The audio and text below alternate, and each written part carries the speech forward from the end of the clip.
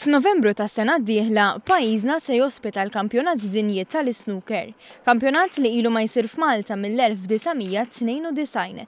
Pedament ta' opportunitajiet għal plejers Maltin li fejn forsi l-assoċjazzjoni ma tkunx taffordja tibgħat numru ta' plejers barra minn Malta, hawnhekk jistgħu jilagħbu iżjed plejers Maltin u dan f'kampjonat professjonali.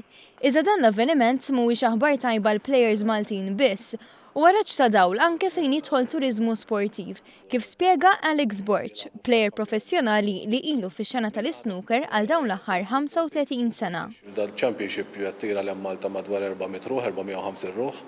Ovvjament għattawlek kważi 12 ġurnata u Malta, u ovvjament naħseb li anka l-awtoritajiet u l-gvern jieħu pjaċir li turnament bħal dan jiġi hawn Malta x'inġibu aktar nies lejn pajjiżna.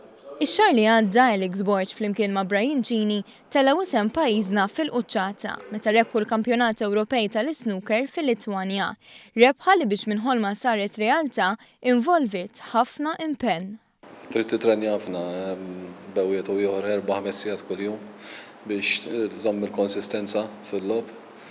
U ovvjament barra minn Malta fejn tkun qed tilab jagħmlu bħalek jekk mhux iktar, allura inti biex tlaħħaq magħhom tiddejjem iddaħħal kemm jista' jkun ħin.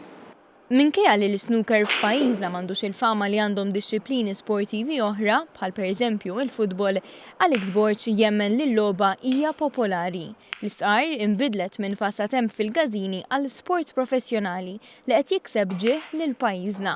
Madankollu jemmen li llum il-ġurnata hawn ħafna xi jtellef. Bħalu jaħsibha Brian Gini li għalkemm ma għandu biss 19-il sena diġà qed jikseb isem għalih innifsu.